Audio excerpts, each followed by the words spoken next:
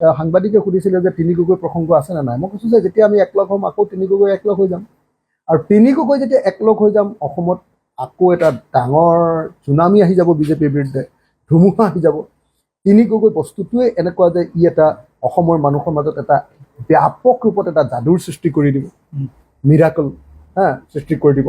আৰু তেতিয়া বিজেপি চৰকাৰখন উফৰি যাব।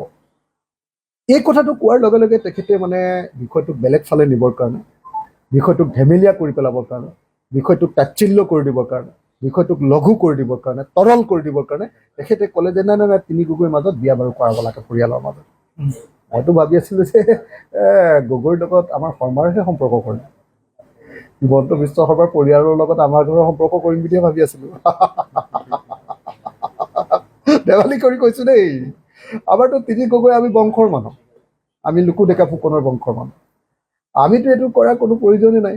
আমাৰতো সদায় বংশৰ মানুহ, আমাৰ সদায় ভাল সম্পৰ্ক, আমি একে জাতিৰ মানুহ, একে হেৰিয়াৰ কথা, আমি একে বংশৰ মানুহ, আমি গগৈ মানুহ। গতিকে আমাৰ মাজত সদায় একতা আছে, আমাৰ কাজিয়া কেতিয়াও নাই। ৰাজনৈতিকভাৱে অকণমান এতিয়ালৈকে যিমান দূৰ আগবাঢ়িব লাগে সিমানটো আগবঢ়া নাই। আৰু যিদিনা আগবাঢ়িম সেইদিনাটো তেওঁলোকৰ অৱস্থা বেয়া হৈ যাব বিজেপিৰ।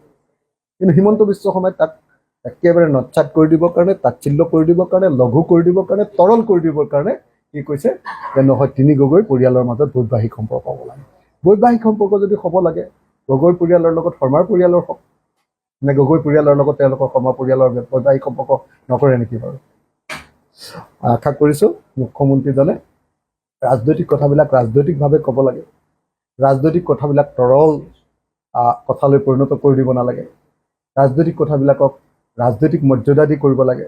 হিমন্ত বিশ্ব শৰ্মায়ো মোক সন্মান কৰিব লাগিব, ময়ো হিমন্ত বিশ্ব শৰ্মা ডাঙৰীয়াক সন্মান কৰিব লাগিব। হিমন্ত বিশ্ব শৰ্মাই গৌৰৱ গগৈক সন্মান কৰিব লাগিব, গৌৰৱ গগৈয়ো হিমন্ত বিশ্ব শৰ্মা ডাঙৰীয়াক সন্মান কৰিব লাগিব। লুৰিণজ্যোতি গগৈয়ো একেটাই হিমন্ত বিশ্ব শৰ্মা ডাঙৰীয়াক সন্মান কৰিব লাগিব। হিমন্ত বিশ্ব শৰ্মায়ো লুৰিণজ্যোতি গগৈ ডাঙৰীয়াক সন্মান কৰিব লাগিব। তেতিয়াহে আমি সকলোৱে মিলি অসমীয়া জাতিটোৰ উন্নয়নৰ কথা চিন্তা কৰিব পাৰিম। প্ৰত্যেকটো কথাতে যদি তাচ্ছিল্য, প্ৰত্যেকটো কথাতে যদি অপমান, প্ৰত্যেকটো কথাতে যদি মানে আপোনাৰ মানে এনেকুৱা ধৰণৰ মানে কি কয় গালি গালাজ, প্ৰত্যেকটো কথাতে যদি মানে আমাক অপমান কৰাৰ চেষ্টা কৰে, সেইটো নিশ্চয় ভাল কথা নহয়। আৰু সেইকাৰণে বহাগৰ বিহুৰ দিনটোত মই একেলগতে অসমৰ মুখ্যমন্ত্ৰী ডাঙৰীয়াক শুভেচ্ছাও জনাইছোঁ, আৰু একেলগতে বিহুৰ দিন যাতে এই নতুন বছৰটোত তেখেতৰ এই স্বভাৱটো এৰিবৰ কাৰণেও অনুৰোধ জনাইছোঁ।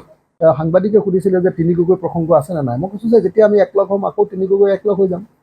আৰু তিনি গগৈ যেতিয়া একলগ হৈ যাম, অসমত আকৌ এটা ডাঙৰ চুনামি আহি যাব বিজেপিৰ বিৰুদ্ধে, ধুমুহা আহি যাব। তিনি গগৈ বস্তুটোৱে এনেকুৱা যে ই এটা অসমৰ মানুহৰ মাজত এটা ব্যাপক ৰূপত এটা যাদুৰ সৃষ্টি কৰি দিব, মিৰাকল সৃষ্টি কৰি দিব। আৰু তেতিয়া বিজেপিৰ চৰকাৰখন উফৰি যাব। এই কথাটো কোৱাৰ লগে লগে তেখেতে মানে বিষয়টোক বেলেগ ফালে নিবৰ কাৰণে, বিষয়টোক ধেমেলীয়া কৰি পেলাবৰ কাৰণে, বিষয়টোক তাচ্ছিল্য কৰি দিবৰ কাৰণে, বিষয়টোক লঘু কৰি দিবৰ কাৰণে, তৰল কৰি দিবৰ কাৰণে তেখেতে ক'লে যে নাই নাই নাই তিনি গগৈৰ মাজত বিয়া বাৰু কৰাব লাগে পৰিয়ালৰ মাজত। মইতো ভাবি আছিলোঁ যে গগৈৰ লগত আমাৰ শৰ্মাৰহে সম্পৰ্ক কৰে, হিমন্ত বিশ্ব শৰ্মাৰ পৰিয়ালৰ লগত আমাৰ ঘৰৰ সম্পৰ্ক কৰিম বুলিয়ে ভাবি আছিলোঁ। ধেমালি কৰি কৈছোঁ দেই। আমাৰতো তিনি গগৈ আমি বংশৰ মানুহ, আমি লুকু ডেকা ফুকনৰ বংশৰ মানুহ। আমিতো এইটো কৰাৰ কোনো প্ৰয়োজনেই নাই। আমাৰতো সদায় বংশৰ মানুহ, আমাৰ সদায় ভাল সম্পৰ্ক, আমি একে জাতিৰ মানুহ, একে হেৰিয়াৰ কথা, আমি একে বংশৰ মানুহ, আমি গগৈ মানুহ। গতিকে আমাৰ মাজত সদায় একতা আছে, আমাৰ কাজিয়া কেতিয়াও নাই। ৰাজনৈতিকভাৱে অকণমান এতিয়ালৈকে যিমান দূৰ আগবাঢ়িব লাগে সিমানটো আগবঢ়া নাই। আৰু যিদিনা আগবাঢ়িম সেইদিনাটো তেওঁলোকৰ অৱস্থা বেয়া হৈ যাব বিজেপিৰ। কিন্তু হিমন্ত বিশ্ব শৰ্মাই তাক একেবাৰে নৎসাত কৰি দিবৰ কাৰণে, তাচ্ছিল্য কৰি দিবৰ কাৰণে, লঘু কৰি দিবৰ কাৰণে, তৰল কৰি দিবৰ কাৰণে কি কৈছে যে নহয় তিনি গগৈ পৰিয়ালৰ মাজত বৈবাহিক সম্পৰ্ক হ'ব লাগে। বৈবাহিক সম্পৰ্ক যদি হ'ব লাগে, গগৈ পৰিয়ালৰ লগত শৰ্মাৰ পৰিয়ালৰ হওক, নে গগৈ পৰিয়ালৰ লগত তেওঁলোকৰ শৰ্মা পৰিয়ালৰ বৈবাহিক সম্পৰ্ক নকৰে নেকি বাৰু?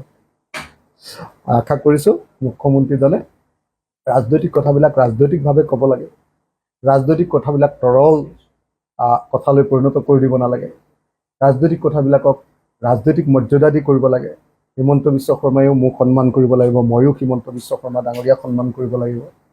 হিমন্ত বিশ্ব শৰ্মাই গৌৰৱ গগৈক সন্মান কৰিব লাগিব, গৌৰৱ গগৈয়ো হিমন্ত বিশ্ব শৰ্মা ডাঙৰীয়াক সন্মান কৰিব লাগিব। লুৰিণজ্যোতি গগৈয়ো একেটাই হিমন্ত বিশ্ব শৰ্মা ডাঙৰীয়াক সন্মান কৰিব লাগিব। হিমন্ত বিশ্ব শৰ্মায়ো লুৰিণজ্যোতি গগৈ ডাঙৰীয়াক সন্মান কৰিব লাগিব। তেতিয়াহে আমি সকলোৱে মিলি অসমীয়া জাতিটোৰ উন্নয়নৰ কথা চিন্তা কৰিব পাৰিম। প্ৰত্যেকটো কথাতে যদি তাচ্ছিল্য, প্ৰত্যেকটো কথাতে যদি অপমান, প্ৰত্যেকটো কথাতে যদি মানে আপোনাৰ মানে এনেকুৱা ধৰণৰ মানে কি কয় গালি গালাজ প্ৰত্যেকটো কথাতে যদি মানে আমাক অপমান কৰাৰ চেষ্টা কৰে, সেইটো নিশ্চয় ভাল কথা নহয়। আৰু সেইকাৰণে বহাগৰ বিহুৰ দিনটোত মই একেলগতে অসমৰ মুখ্যমন্ত্ৰী ডাঙৰীয়াক শুভেচ্ছাও জনাইছোঁ, আৰু একেলগতে বিহুৰ দিন যাতে এই নতুন বছৰটো তেখেতৰ এই স্বভাৱটো এৰিবৰ কাৰণেও অনুৰোধ জনাইছোঁ।